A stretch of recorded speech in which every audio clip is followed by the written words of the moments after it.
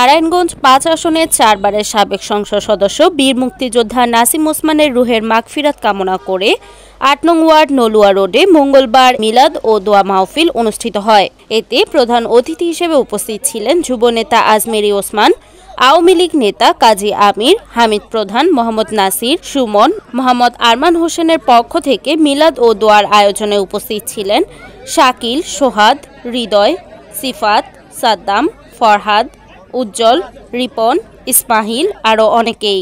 প্রয়াত সংসদ সদস্য নাসিম ওসমান ছিলেন জাতীয় পার্টির প্রেসিডিয়াম সদস্য ও নারায়ণগঞ্জ ৫ আসন থেকে সবথেকে বেশি মেয়াদে নির্বাচিত সংসদ সদস্য।